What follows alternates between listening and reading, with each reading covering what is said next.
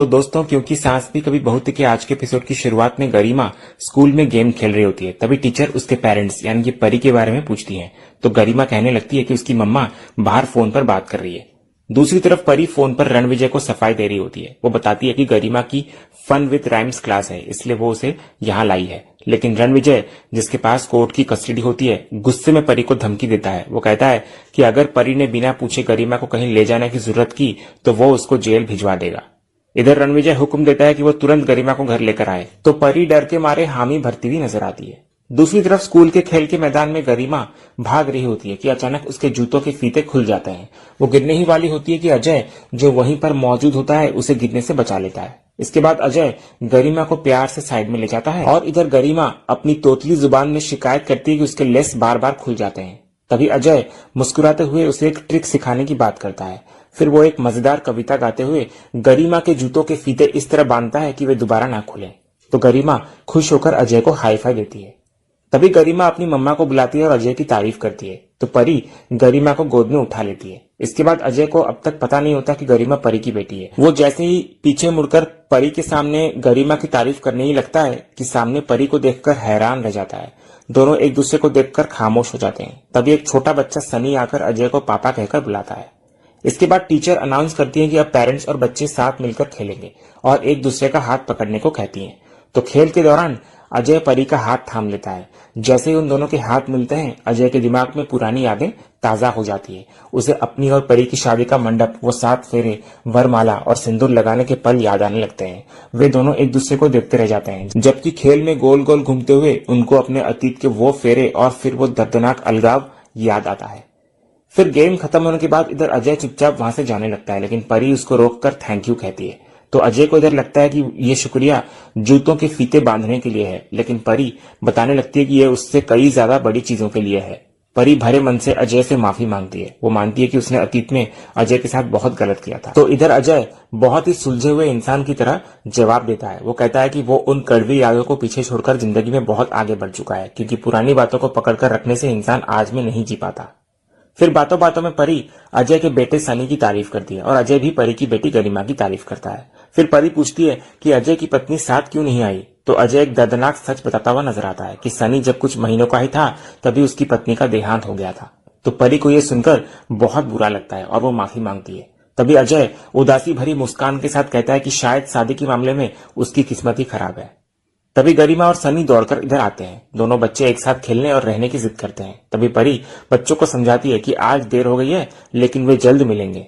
तभी मासूम गरिमा पूछती है कि मम्मा, आपके पास तो इनका नंबर ही नहीं है, तो मिलेंगे कैसे। सनी भी इधर अपने पापा से यही सवाल करता हुआ नजर आता है। इस पर अजय धीरे से कहता है कि उसके पास नंबर है। तभी बच्चे हैरान होकर पूछते हैं कि जब वे पहली बार मिले हैं तो नंबर कैसे आया। तो बच्चों के शक को दूर करने के लिए परी तुरंत बात को संभाल लेती है। वो झूठ बोल देती है कि प्ले ग्रुप में सभी पेरेंट्स के नंबर एक दूसरे के पास होते हैं। तो अजय भी इधर परी की बात में हाँ मिलाता है। फिर दोनों एक दूसरे को और बच्चे एक दूसरे को बाय बोलते हैं और अपने अपने रास्ते चले जाते हैं। दूसरे सीन में वृंदा सोने के लिए कमरे में आती है और देखती है कि अंगद सो नहीं रहा, बल्कि किसी गहरी चिंता में डूबा हुआ होता है। तो पूछने पर अंगद भड़क उठता है। वो ऋतिक के घर आने से बेहद नाराज होता है। उसका मानना होता है कि ऋतिक सिर्फ ड्रामे करने और अपना उल्लू सीधा करने आया था।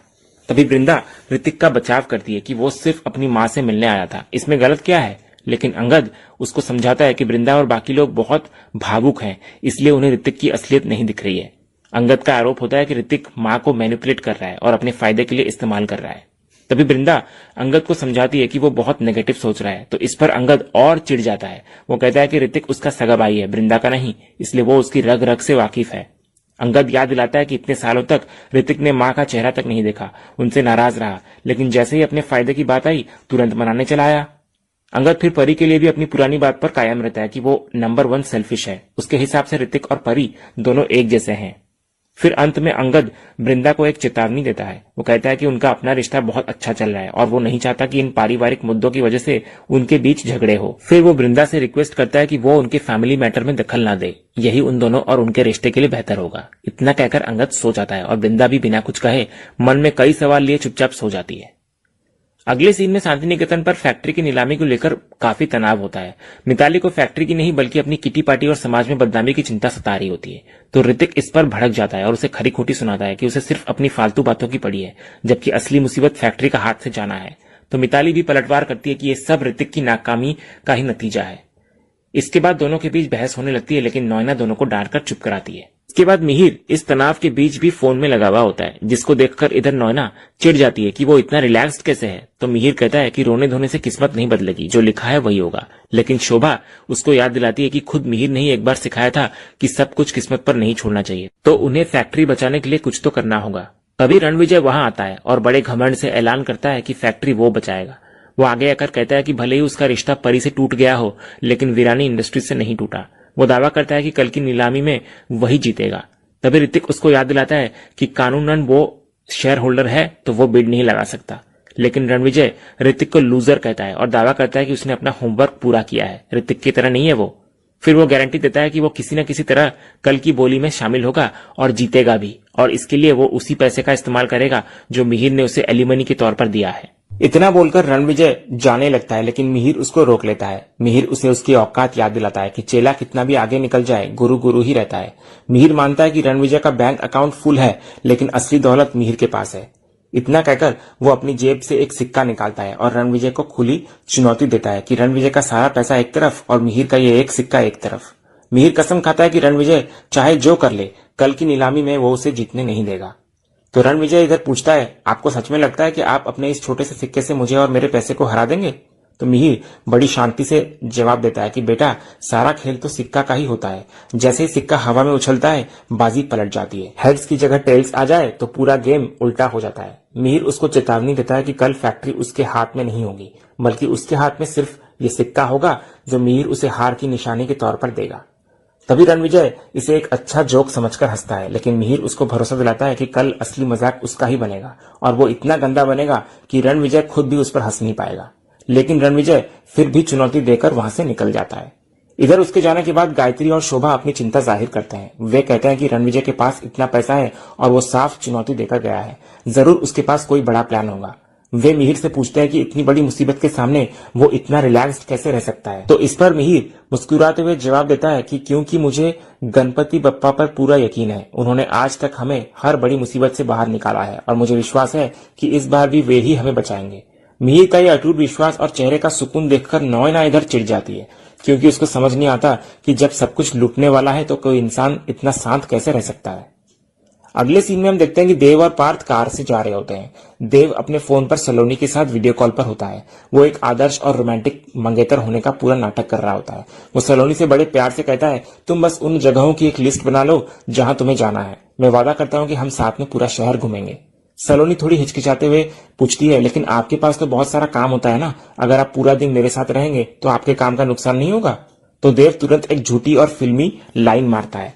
वो गंभीर चेहरा बनाकर कहता है, नुकसान तो होगा सलोनी, क्योंकि मेरे लिए काम ही पूजा है, लेकिन तुम भी तो मेरे लिए बहुत खास हो। अगर मैं तुम्हें घुमाने नहीं ले गया तो ये अच्छा नहीं होगा ना। तो सलोनी उसकी इस चिकनी चुपड़ी बातों में आ जाती है और उसे बहुत अच्छा इंसान समझकर खुश होती हुई नजर आती है। जैसे ही इधर फोन कटता है, देव का असली चेहरा सामने आता है। वो पार्थ की तरफ मुड़कर कहता है, थोड़ी पकाऊ है यार। पर पकाऊ किसको देखना है, हमें तो चढ़ाव देखना है। एक बार ये मेरी लाइफ में आ जाए तो डायमंड्स की बारिश हो जाएगी। तभी पार्थ उसे टोकते हुए कहता है, शर्म कर ले थोड़ी, अपनी होने वाली बीवी की पीठ पीछे ऐसी बातें कौन करता है? तो देव हंसते हुए जवाब देता है, कोई बात नहीं, एक बार शादी हो जाए फिर तो मुंह पर भी बोल दूंगा। इसके बाद पार्थ आगे पूछता है, अगर सलोनी मुंबई आ रही है तो तुझे पता है वो कहाँ रुकेगी? तो देव बड़ी लापरवाही से कहता है, मुझे क्या पता, वैसे जब हम वहां गए थे तो उनके घर में रुके थे, तो हो सकता है वो हमारे यहाँ यानी शांति निकेतन में रुक जाए। ये सुनते ही पार्थ हैरान होकर गाड़ी रोक देता है और देव पर भड़कते हुए कहता है, तुझे अंदाजा भी है कि तू क्या बोल रहा है? मैंने तुझे उस दिन भी समझाया था, अगर सलोनी शांति निकेतन आ गई तो उसको पता चल जाएगा कि बा और दादू अब साथ नहीं रहते। पार्थ देव को असली खतरे का एहसास दिलाता है कि अगर ये बात सलोनी को पता चली तो बापजी को भी पता चल जाएगी, और अगर उनको पता चलेगा तो तेरी ये शादी तो गई। तो देव के पसीने छूट जाते हैं ये सुनकर। वो घबराकर कहता है, ये तो मैंने सोचा ही नहीं था, अब क्या करें? क्या घर जाकर सबसे बात करें और कुछ सेटिंग बिठाएं? तो पार्थ उसको शांत कराता है और कहता है, अभी हम घर नहीं जा सकते, पहले हमें वो काम पूरा करना है जिसके लिए हम निकले हैं, फैक्ट्री की नीलामी। उसके बाद घर चलकर बात करेंगे। लेकिन देव काम चोरी करते हुए कहता है, तू फैक्ट्री जा रहा है ना, तो मुझे यहीं पर उतार दे, मैं वहां जाकर क्या करूंगा? तो पार्थ उसको छेड़ते हुए कहता है, क्यों? अभी तो तू सलोनी को बोल रहा था कि काम तेरे लिए भगवान समान है, तो चल आज तुझको भगवान के दर्शन करवा ही देता हूँ। देव गिड़गिड़ाता है कि वो सब तो उसने बस इंप्रेशन झाड़ने के लिए बोला था, लेकिन पार्थ उसकी एक नहीं सुनता और उसको जबरदस्ती अपने साथ फैक्ट्री की नीलामी में ले जाता है। अगले सीन में नीलामी शुरू होने ही वाली होती है कि रणविजय कार्यवाही रोक देता है और कहता है कि अभी एक बीडर का आना बाकी है। सबकी नजरें दरवाजे पर टिक जाती है। तभी सूट बूट में रणविजय का पिता अंदर आता है, जिसको देखकर सब हैरान रह जाते हैं। इधर फ्लैशबैक में रणविजय की असली योजना सामने आती है। उसके पिता घबरा रहे होते हैं कि उनके पास फूटी कौड़ी नहीं है, तो वे कंपनी कैसे खरीदेंगे। तो रणविजय कहता है उसके पास पैसा है, और वही पैसा जो उसे एलिमनी के तौर पर मिला है।